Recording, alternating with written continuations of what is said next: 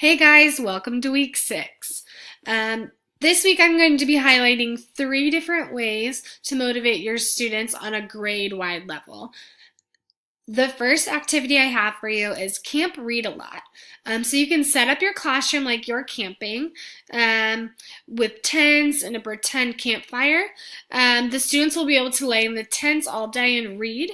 Throughout the day, you can do different reading activities together as a class. This is a great activity to do after state testing, so towards the end of the year. So you can do different activities, play different games with it. But for most of the day, you can just sit in the tents and read, or as long as their attention span allows it. The next one that you could do is Page Wars. As a class, you could track the number of pages that they are reading. You can display the tracker board for everyone to see. This is a good activity for students to do across the grade level. The students will give this will give the students the push to read so that they can be the class that has read the most amount of pages. So you can even do like an incentive for this. The class who reads the most pages gets an extra recess or something. You can come up with some kind of party that they could do.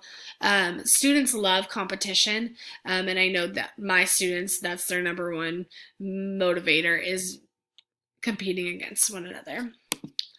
The next one is a reading tracker. Whenever students finish reading a book, they can color in a line on their reading mountain. Before they start reading, they need to create a goal of how many books they want to read or how many pages. They can track how many books they want to read or how many pages. So this is going to look different for everyone. Your low readers aren't going to be able to read as many pages or books as your high readers, and that's okay. Just at the beginning of it, make sure that they set a goal that's attainable for them. And so I think this is a really awesome way. You could even tag this with the Page Wars.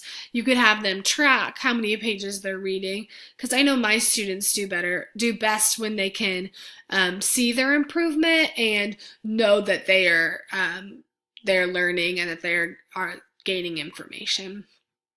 So those are the 3 activities that I've highlighted for this week.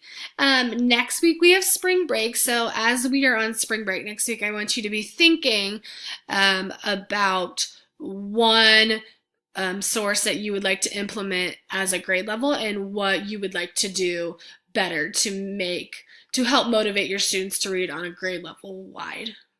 Thank you. Have a good spring break.